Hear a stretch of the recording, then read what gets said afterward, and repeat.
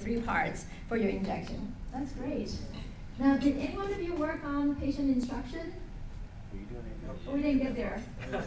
Okay. I did, okay. Or from the audience, was there any tips and tricks you use for order entry? In some other scenarios, you could use things like the smart sets, okay, or smart RX, okay, or sometimes there's other panels you could use. So just different ways to get your order entry a little bit more efficient. Okay. And then for patient instruction, how did you get this? I think it's .pi low back pain. Okay. Yeah. Right.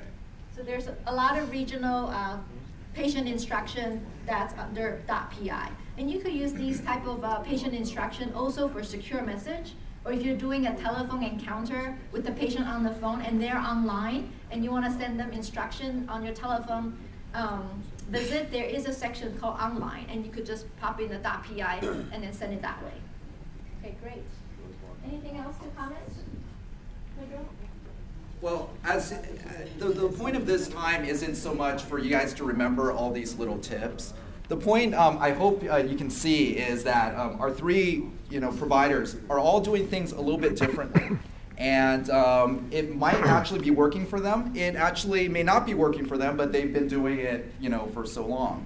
And I think the other thing is that when you see that, there's a lot that we can be learning from each other. Because I'm sure as you're looking at the screen, you might see, you know what, I do something a little bit differently, and it might be a bit quicker.